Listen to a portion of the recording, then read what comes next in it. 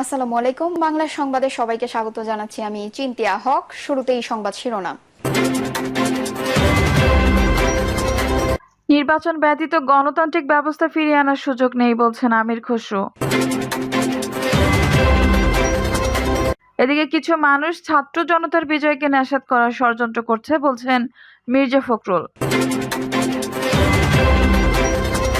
জানাবো সময় টিভির সম্প্রচার 1 সপ্তাহ বন্ধের নির্দেশ। বিলুপ্ত সংসদের এমপিদের বাসায় অভিযান পরিচালনার দাবি ফারুকের। এদিকে শেখ হাসিনার অর্থ পাচার কাণ্ডে এবার ফাঁসছেন টিউলিপ, রেহানা ও তারিক। এবং সর্বশেষ জানাবো বিনা ভোটের চেয়ারম্যানকে গণপিটুনির হুমকি। দর্শক শুনছিলেন সংবাদ শিরোনাম, এখন বিস্তারিত। নির্বাচন ব্যতীত গণতান্ত্রিক ব্যবস্থা ফিরিয়ে আনার সুযোগ নেই বলছেন আমির খসরু।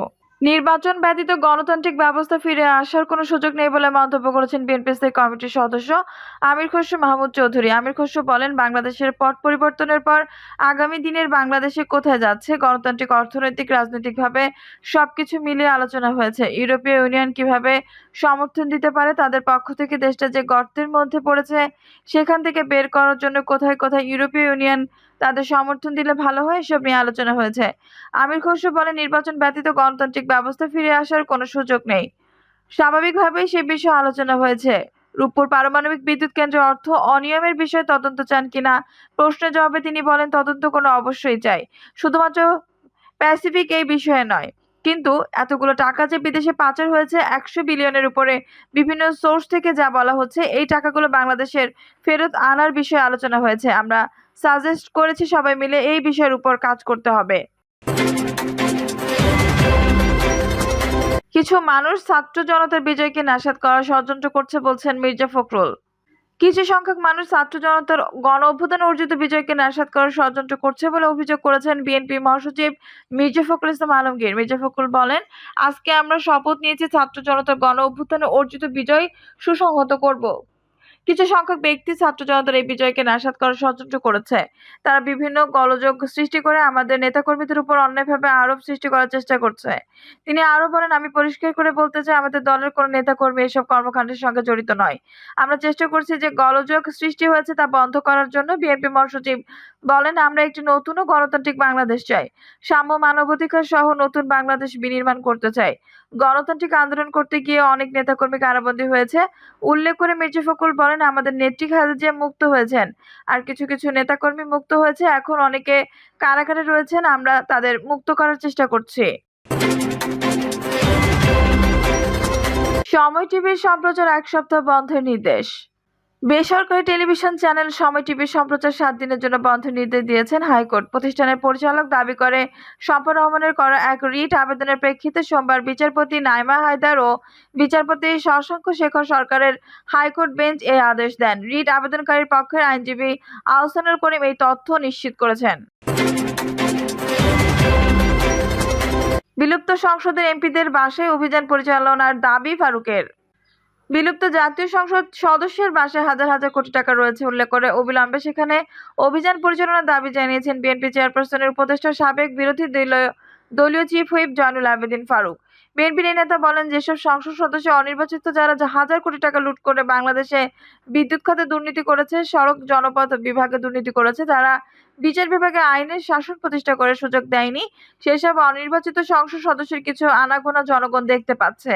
অন্তর্বর্তী সরকারের স্বরাষ্ট্র উপদেষ্টার কাছে একজন নির্যাতিত রাজনৈতিক কর্মী হিসেবে দাবি করব, আইন নিজের হাতে আমরা তুলে নেব না। অবিলম্বে তাদের গ্রেপ্তার করুন। 7 জানুয়ারির ভোটারবিহীন ডামি নির্বাচনে 300 এমপির বাসায় হাজার কোটি টাকার ডলার পাবেন। তল্লাশি করেন, তদন্ত শুরু করেন, সব বেরিয়ে পড়বে। আপনাকে সহযোগিতা করার জন্য আমরা প্রস্তুত। আওয়ামী লীগ সরকারের হাতে নির্মমভাবে নিজেদের নির্যাতিত হওয়ার কথা উল্লেখ করে জয়নুল আবেদিন ফারুক বলেন, জীবনের বিনিময়ে হলেও 16 বছর অত্যাচারী হয়েছি আর অত্যাচারী হতে চাই না।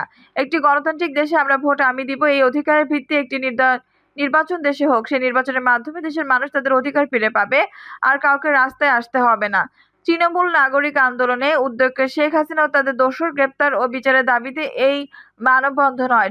ঢাকা সেনানিবাসের শহীদ ময়নুল সড়কে খালেদা জিয়ার জন্য বরাদ্দ করা বাড়িতে ভবন নির্মাণ করে শিক্ষার্থীদের নামে হোস্টেল নির্মাণের দাবি জানিয়েছে সাবেক বিরোধী দলীয় এই প্রধান হুইপ বলেন, আমরা বলতে চাই খালেদা জিয়াকে সরকার বাড়ি দিয়েছিল ক্যান্টনমেন্ট, সেদিন আমাদের ঢুকতে দেয়নি, ম্যাডামকে খালি হাতে রাজনৈতিক প্রতিহিংসায় বের করে দিয়েছিলেন।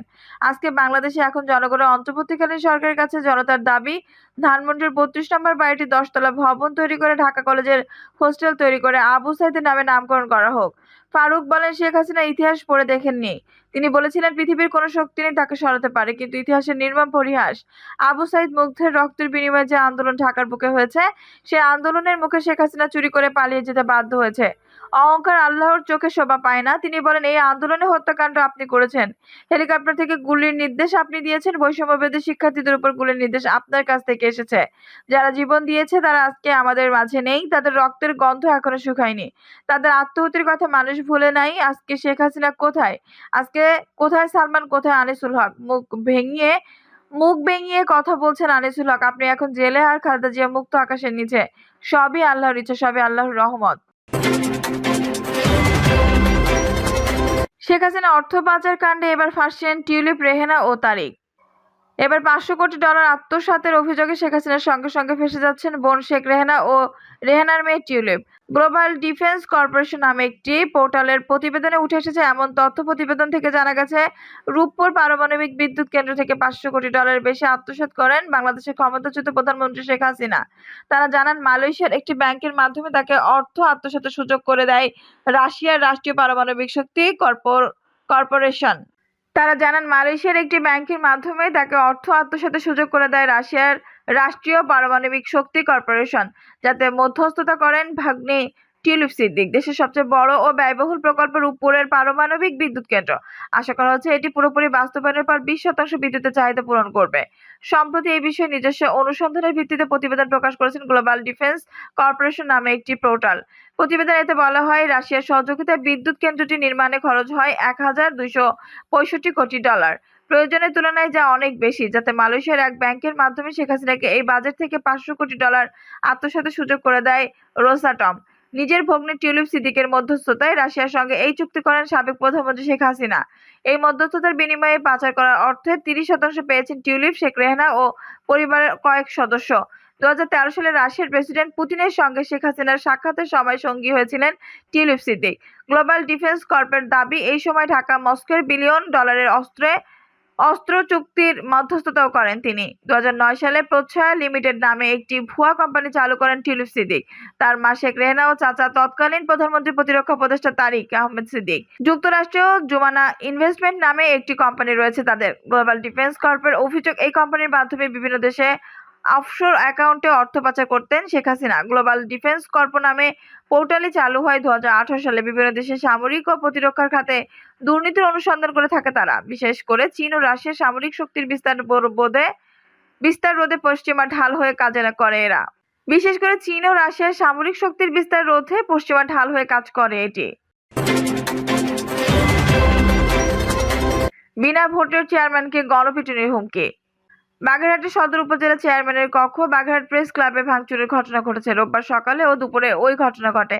প্রায় একই সময় বাগেরহাট পৌরভাতেও অবস্থান নিয়েছিল একদল লোক, তবে সেখানে তারা মেয়রের খোঁজ করলেও ভাঙচুরের ঘটনা ঘটেনি।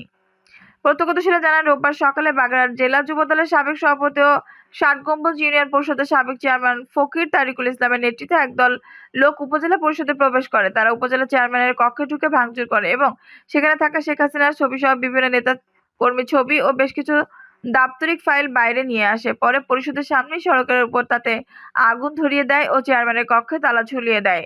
এ সময় উপজেলা পরিষদের চত্বরে তারিকুলের সঙ্গে থাকা নেতাকর্মীর উদ্দেশ্যে দেওয়া একটি বক্তব্যের ভিডিও ঘুরছে সামাজিক যোগাযোগ মাধ্যমে। এতে তাকে বলতে শোনা যায়, বাংলাদেশের মানুষকে ন্যায়ভিত্তিক সেবা দেওয়ার জন্য আপনারা প্রস্তুত থাকেন। উপজেলা বিনা ভোটে সন্ত্রাসী চেয়ারম্যানকে যেখানে পাবেন গণধোলাই দেওয়া হবে। সদর উপজেলা 10 ইউনিয়নের যে সন্ত্রাসী চেয়ারম্যান, যারা আমাদের নেতাকর্মী সাধারণ মানুষের থানা পুলিশের শপথ করে মিথ্যা মামলা এলাকার সব মানুষকে জ্বালিয়ে অতিষ্ঠ করেছে, তাদের যেখানে পাবেন গ্রেপ্তার করে মারধর করে আইনের হাতে সর্পণ করবেন। এদেশে তাদের স্থান নেই। দেখে না গণভবনের কি অবস্থা। এদিকে দুপুরে বাগেরহাট প্রেস ক্লাবে স্থানীয় সাংবাদিকদের সঙ্গে মতবিনিময় করতে আসে জেলা বিএনপির আহ্বায়ক এটিএম আকবর হোসেন তালিমের নেতৃত্বে একটি প্রতিনিধি দল। এ সময় তিনি নেতাদের সঙ্গে থাকা কয়েকজন প্রেস কয়েকজন কর্মী প্রেস ক্লাবের একটি কক্ষ ও করিডোরে থাকা কিছু ছবি ভাঙচুর করেন ও প্রেস ক্লাব থেকে ফেলে দেন। এছাড়া সকাল থেকে বিএনপির বেশ কয়েকজন নেতাকর্মী বাগেরহাট পৌরসভার অবস্থান নেন পৌর মেয়র খান হাবিবুর রহমানের খোঁজে। তবে তারা কোনো ভাঙচুর করেনি। পৌরসভার কর্মচারীদের কাজেও বাধা দেয়নি তারা। তবে মেয়রের কক্ষে প্রবেশের চেষ্টা করেন বলে জানা যায়। অন্যদিকে গেল কয়েকদিনে আওয়ামী লীগের নেতাকর্মী ছাড়াও জেলার বিভিন্ন এলাকায় কয়েক হাজার মানুষের মাছের ক্ষেতসহ ব্যবসা প্রতিষ্ঠান দখল, ভাঙচুর ও লুটপাটের অভিযোগ উঠেছে। জেলায় সবচেয়ে বেশি মৎস্য ঘের দখল, লুট ও এক সংক্রান্ত চাঁদাবাজির অভিযোগ সদর উপজেলার ডেমা ইউনিয়নে। ঘের দখলের ব্যাপারে অভিযোগ রয়েছে সদর উপজেলার বিষ্ণুপুর ও গোটাপাড়া ইউনিয়ন জুড়েও। এদিকে বিএনপি নামধারী কিছু নেতাকর্মীর বিরুদ্ধে চাঁদাবাজির অভিযোগ পাওয়া গেছে। এসব বিষয়ে জানতে চাইলে জেলা বিএনপির আহ্বায়ক আকরাম হোসেন বলেন, উস্কানিমূলক বক্তব্যের দায় দল নেবে না। এছাড়া উপজেলা পরিষদের ঘটনায় হামলার যথাযথ প্রমাণ থাকলে তা কেন্দ্রে পাঠিয়ে অবগত করবেন। প্রেস ক্লাবে অনাকাঙ্ক্ষিত ঘটনার সমাধান দুপুরে হয়েছে বলে জানান তিনি। তিনি আরো বলেন, অতি উৎসাহী কেউ শৃঙ্খলা ভাঙলে তার বিরুদ্ধে দলীয় ব্যবস্থা গ্রহণ করা হবে। দর্শক, এই ছিল এখনকার সর্বশেষ সংবাদ। নিউজটি ভালো লাগলে অবশ্যই একটা লাইক দিন, কমেন্টে আপনার মূল্যবান মতামত জানান। সবসময় আমাদের পাশে থাকতে সাবস্ক্রাইব করে বেল বাটনটি অন করে রাখুন। ধন্যবাদ।